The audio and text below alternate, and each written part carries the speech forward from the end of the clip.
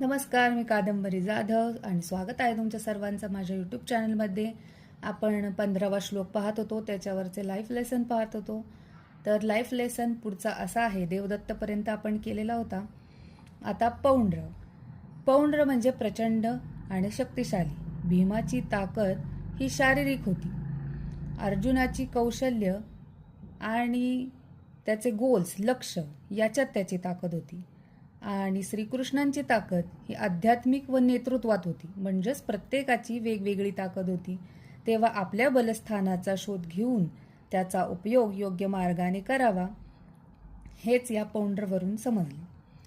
शंख वाजवणे. शंख वाजवणे म्हणजे फक्त युद्धाचीच घोषणा नव्हे, तर ते एक प्रतीक आहे की मी सत्यासाठी, धर्मासाठी लढण्यास तयार आहे. जरी या तिघांचे शंख वेगवेगळे होते, त्याचे आवाज वेगवेगळे होते, भाव वेगवेगळे होते, पण उद्दिष्ट मात्र एकच होते: धर्म, सत्य आणि सेवा. तर हा लाईफ लेसन कसा वाटला नक्की कळवा. तोपर्यंत राधे राधे, धन्यवाद.